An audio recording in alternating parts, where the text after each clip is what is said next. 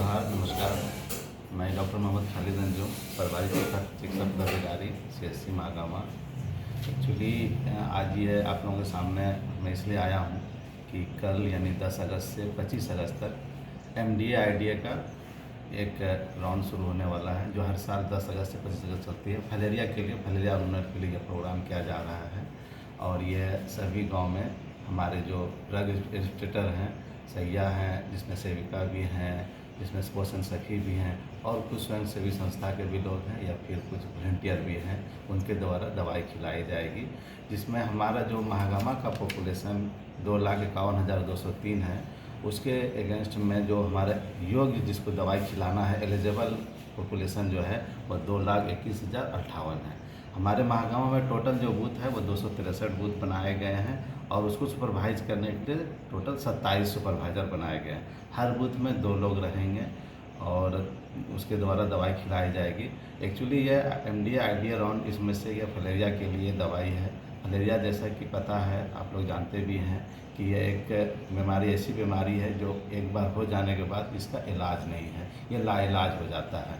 और एक बात यह है हमारे समाज में कि मैं ठीक हूँ तो किस लिए दवा खाऊँ।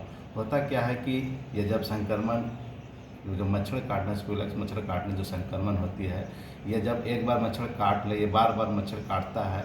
कई बार देखा जाता है कि जो रिसर्च में आया है कि 500 से 1000 बार अगर से मच्छर काट ले या दूसरे मच्छर काट ले तो उसमें फलेरिया होने की संभावना बहुत ज़्यादा हो जाती है।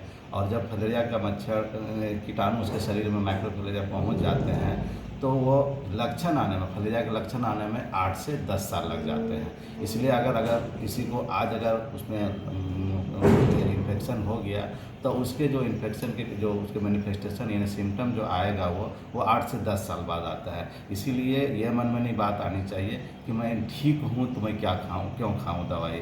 इसलिए हम सबसे रिक्वेस्ट ये करना चाहते हैं आप मीडिया बंधु के माध्यम से कि हर लोग खाएं दवाई को, जिसमें से एक इसमें बताया गया है कि 2 साल से नीचे वाले को दवाई नहीं खानी है और गर्भवती महिला जो है उनको दवाई नहीं खानी है। और जो माताएँ जो अभी हाल फिलहाल में हफ्ते दिन के अंदर गर्भवती माँ बनी है, उनको दवाई नहीं खानी, 1 हफ्ता के बाद वो दवाई उनको खानी है। और जो वो लोग जो किडनी से, लीवर से या फिर जो अति गंभीर हैं, जो यानी कि जो बेड में पड़े हुए हैं, अपना काम खुद से नहीं कर पा रहे हैं या फिर कोई बड़ी बीमारी से ग्रसित है, उनको नहीं खाना है।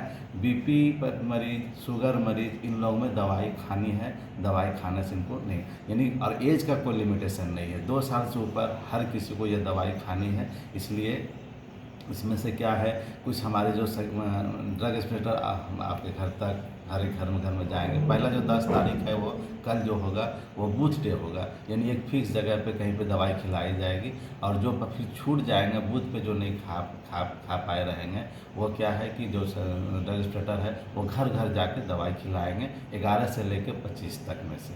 सर कल क्या